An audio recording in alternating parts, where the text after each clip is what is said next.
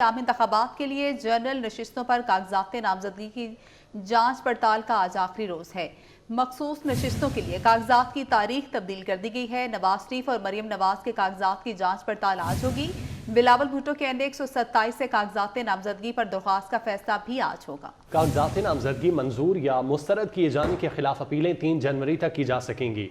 इंतखाबी tribunal 10 जनवरी तक फैसला करेंगे। उम्मीदवार अपने कागजात 12 जनवरी तक वापस ले सकेंगे। इंतखाबी निशान 13 जनवरी को अलॉट किए जाएंगे। बिलावल भुट्टो, मियां नवाज शरीफ, मरियम नवाज और मियां शहबाज शरीफ के कागजात नामजदगी पर फैसला होगा। बिलावल भुट्टो NA 127 से उम्मीदवार हैं। मियां वाली से बानी चेयरमैन PTI के कागजात पर फैसला भी मुतवक्के है।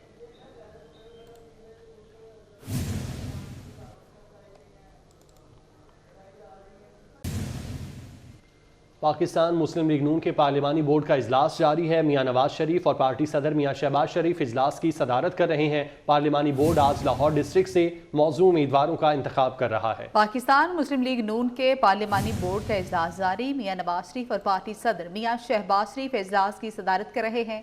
पार्लिमानी बोर्ड आज लाहौर डिस्ट्रिक्ट से मौजूद उम्मीदवारों का इंतखाब कर रहा है। मॉडल टाउन में मुस्लिम लीग नून के मरकजी पार्लिमानी बोर्ड का 19वां इजलास शुरू हो चुका है। पाकिस्तान मुस्लिम लीग नून के पार्लिमानी बोर्ड का ये इजलास है जिसमें मियां नवाज शरीफ और पार्टी सदर मियां शहबाज शरीफ इजलास की सदारत कर रहे हैं। पार्लिमानी बोर्ड आज लाहौर डिस्ट्रिक्ट से मौजूद उम्मीदवारों का इंतखाब कर रहा है।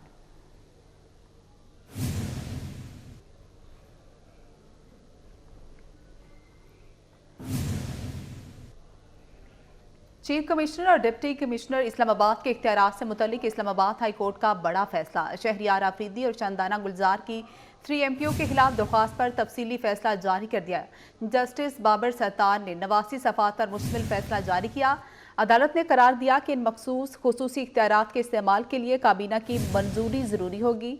फैसले में कहा गया कि चीफ कमिश्नर इस्लामाबाद का सूबाई इख्तियारात से मुतल्लिक नोटिफिकेशन आइन के मुतसादिम कलअदम करार दिया जाता है। Chief commissioner deputy commissioner Islamabad के इख्तियारात से मुतल्लिक इस्लामाबाद हाई कोर्ट का बड़ा फैसला सामने आया है। इसी पर बात करते हैं। रुजीना अली हमारे साथ मौजूद हैं। रुजीना, बताइएगा फैसले से मुतल्लिक। जी बिल्कुल, इस्लामाबाद हाई कोर्ट ने शहरियार आफरीदी और शंदाना गुलजार की 3 MPO के खिलाफ दरख्वास्त पर तफसीली फैसला जारी किया है। जस्टिस बाबर सत्तार की जानिब से ये 89 सफ़ात पर मुश्तमिल फैसला जारी किया गया है। फैसले में 10 नुकात पर मुश्तमिल डिक्लेरेशन और डायरेक्शन शामिल हैं।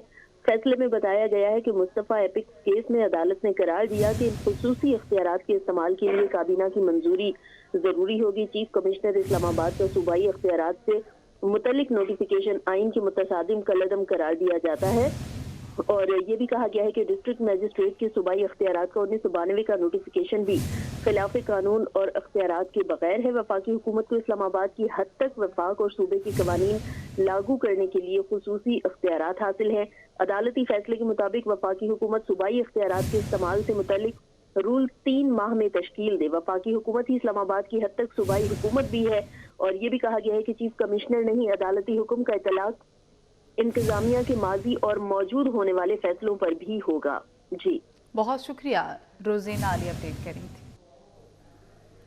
कोई इदारा ताकतवर बनना चाहता है तो ये गैर आइनी ख्वाहिश है। ऐसा लगता है जमहूरियत कमज़ोर और मुक़्तदर ताकतवर हुई। मौलाना फजलुर रहमान कहते हैं जमहूरियत मजबूत ना होने में सियासतदानों की कमज़ोरियाँ और मसलहतें हैं। बाहर से आई हिदायत पर कानून साजी की गई। आइनी तकाज़ों के मुताबिक कानून साजी से रोका गया तो हम रुक गए।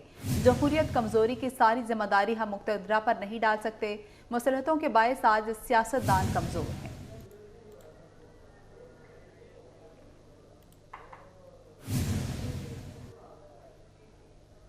एक तरफ MQM और नून लीग साथ मिलकर चलने का आज़म कर रहे हैं और कराची के मसाइल मुश्तरका तौर पर हल करने पर इत्तेफाक कर चुके, तो दूसरी जानिब शहर कायद में MQM और नून लीग आमने सामने भी आ गए। शहबाज या कमाल, NA 242 से कौन लड़ेगा? MQM और नून लीग में सीट एडजस्टमेंट पर बात ना बनी। शहबाज शरीफ ने NA 242 कराची से इलेक्शन लड़ने का ऐलान कर दिया है। MQM के मुस्तफ़ा कमाल पहले ही कागजात जमा करा चुके।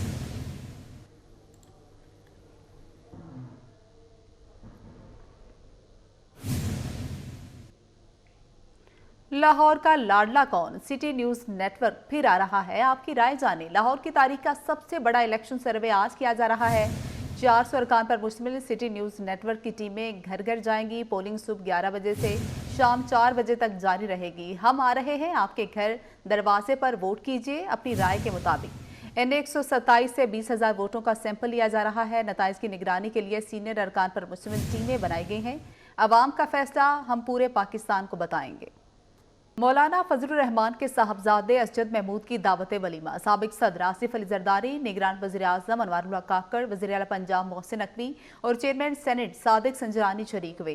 राजा परवेज अशरफ, महमूद खान अचकजई, आफ्ताब शेरपाओ, लियाकत बलोच, सलीम मानवीवाला, अब्दुल गफूर हैदरी, अकरम खान दुरानी, सरफराज बुगटी और दीगर रहनुमा भी शरीक हुए।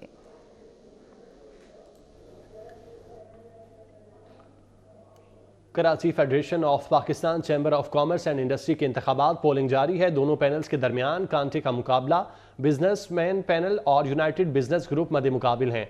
बात करते हैं अशरफ खान से। जी अशरफ।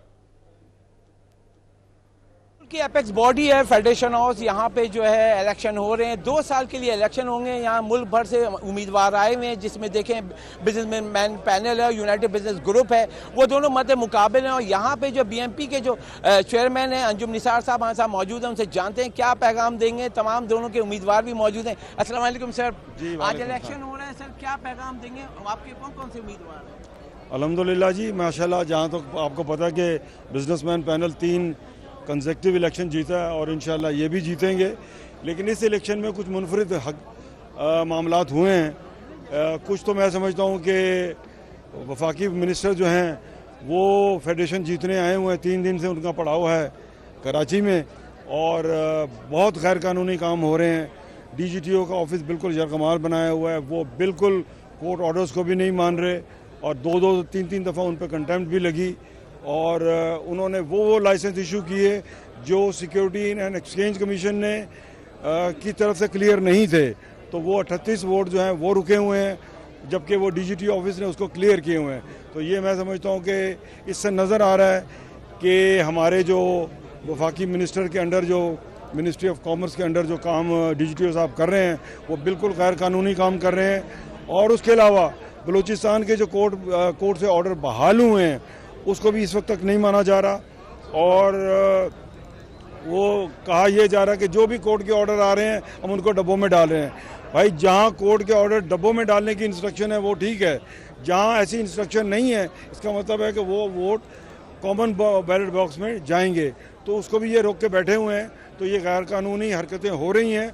और एक सूबाई मिनिस्टर वो भी पूरे के पूरे इस इलेक्शन कैंपेन में इंडल्ज हैं और जो कि उनका मैंडेट नहीं है। और एक वफाकी मिनिस्टर जो हैं वो भी इस काम में लगे हैं। लेकिन उसके बावजूद मुझे इंशाल्लाह भरोसा है कि उन कामों पे जो बिजनेसमैन पैनल के सदर साहिबान ने किए हैं, अल्हम्दुलिल्लाह इरफान इकबाल साहब ने बहुत सारे काम किए हैं। और मैं समझता हूँ कि इंशाल्लाह आज की ये जीत जो है ये बिजनेसमैन पैनल की होगी।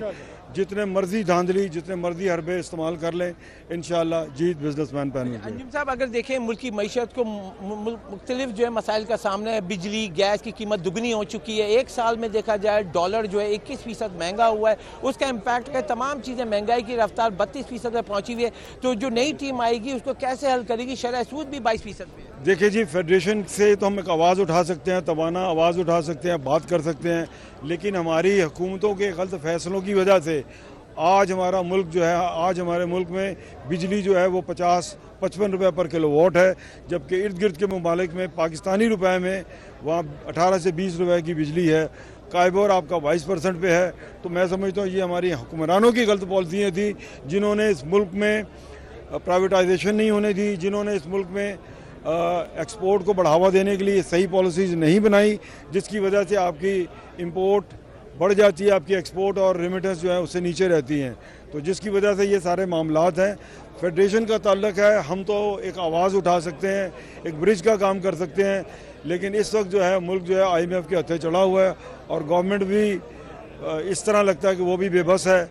तो ये मैं समझता हूँ कि हमें जो पॉलिसीज़ बनानी चाहिए वो इंडिजिनस पॉलिसी हों। हमने पूरी के पूरा IPP सेक्टर जो है वो फॉरेन फ्यूल पे बेस करके बनाया है, जबकि अल्लाह ने हमें तमाम वसाइल दे रखे थे और हमने उनको सही इस्तेमाल नहीं किया। अगर आज हमने उसको सही तरीके से इस्तेमाल किया होता, डैम्स बने होते, विंड मिल को तरजीह दी होती, सोलर को तरजीह दी होती, तो यहाँ भी बिजली 10-12 रुपए पर किलोवाट होती और यहाँ का एक्सपोर्टर और यहाँ की इंडस्ट्री भी मुकाबला करने की सकत रखती। तो ये मैं समझता हूँ कि गवर्नमेंट को आने वाले अब इलेक्शन क्योंकि ड्यू हैं, फेडरल इलेक्शन भी, तो मैं समझता हूँ कि इन चीज़ों को एड्रेस करेंगे तो मईशत आगे बढ़ेगी। नहीं तो ये जो इन्फ्लेशन के मामलात हैं, आम बंदा भी पिसेगा और सनत भी उसमें बुरे तरीके से पिसेगी। जी, जैसे कि आपने सुना है, पैगाम दिया है कि इलेक्ट होकर आके जो नई मुंतखब गवर्नमेंट भी आएगी, वफाकी जो इलेक्शन होंगे उसमें उनसे यही नेगोशिएशन की जाएगी। शरह सूद बहुत ज़्यादा है, बिजली और गैस की कीमत बहुत ज़्यादा है, इसको कम करना होगा, उसके साथ बैठ के पूरी प्लानिंग के साथ आगे बढ़ेंगे जिससे मईशत का पहिया चल सके। जी ठीक है अशरफ, आपका बहुत शुक्रिया, तफसीलात से आगाह कर रहे थे। जहलम में तामीरी मनसूबों में खुदबुर्द केस फवाद चौधरी के खिलाफ एहतसाब अदालत ने जिस्मानी रिमांड की इस्तदा पर फैसला महफूज कर लिया है। फवाद चौधरी को 10 रोज़ा जिस्मानी रिमांड मुकम्मल होने पर एहतसाब अदालत पेश किया गया। तफसीलात आशिर एहसन से जानते हैं। जी आशिर। जी बिल्कुल, फवाद चौधरी के खिलाफ जेलन के तामीरी मनसूबों में खुदबुर्द का ये केस है। इस हवाले से जो फवाद चौधरी उनको एहतसाब अदालत के जज मोहम्मद बशीर की अदालत के अंदर जो है वो आज पेश किया गया और 10 रोज़ा जिस्मानी रिमांड मुकम्मल होने पर जो है उनको अदालत में पेश किया गया। और यहाँ पर फवाद चौधरी की जानिब से उनके भाई जो फैसल चौधरी हैं वो अदालत के अंदर पेश हुए। दूसरी जानिब नया प्रोसिक्यूटर जो है सुहेल आरिफ के साथ कलील सफाई और दीगर जो है वो अदालत के अंदर पेश हुए। और यहाँ पर जब फवाद चौधरी रोस्टम पर आ गए, उनका यहाँ पर अदालत के अंदर ये कहना था कि 10 रोज़ा जो है वो जिस्मानी रिमांड दिया गया था, जिस पर एहतसाब अदालत के जज हैं मोहम्मद बशीर की जानिब से उनको रोका गया और कहा गया कि रुक जाएं, पहले जो नैब प्रोसिक्यूशन है उनको सुन लिया जाए। जिस पर नैब की जानिब से ये कहा गया कि पहले 14 रोज़ा जिस्मानी रिमांड मांगा गया था, लेकिन 10 रोज़ा जो जिस्मानी रिमांड है वो मिला था। इसके साथ साथ बैंकिंग जो रिकॉर्ड है वो भी मंगवा लिया गया और इसमें खुद का जो है वो शक है। जबकि इसके साथ साथ इनकी जानिब से ये भी कहा गया कि कंट्रैक्टर को 2 जनवरी को तलब किया गया था और फवाद चौधरी से मजीद तफ्तीश करनी है, जिसके लिए जो फवाद चौधरी इनका मजीद 10 रोज़ा जिस्मानी रिमांड जो है वो दिया जाए। और यहाँ पर अदालत की जानिब से अब इस केस का जो फैसला है जिस्मानी रिमांड के हवाले से वो महफूज कर लिया गया है। कुछ ही देर तक जो है वो एहतसाब अदालत की जज जो मोहम्मद बशीर है उनकी जानिब से फवाद चौधरी के जिस्मानी रिमांड के हवाले से फैसला सुनाया जाएगा। जी ठीक है आशिर, आपका बहुत शुक्रिया। इसी के साथ ही न्यूज़ स्टूडियो से फिलवक्त बाखबर रहने के लिए आप देखते रहिए 24।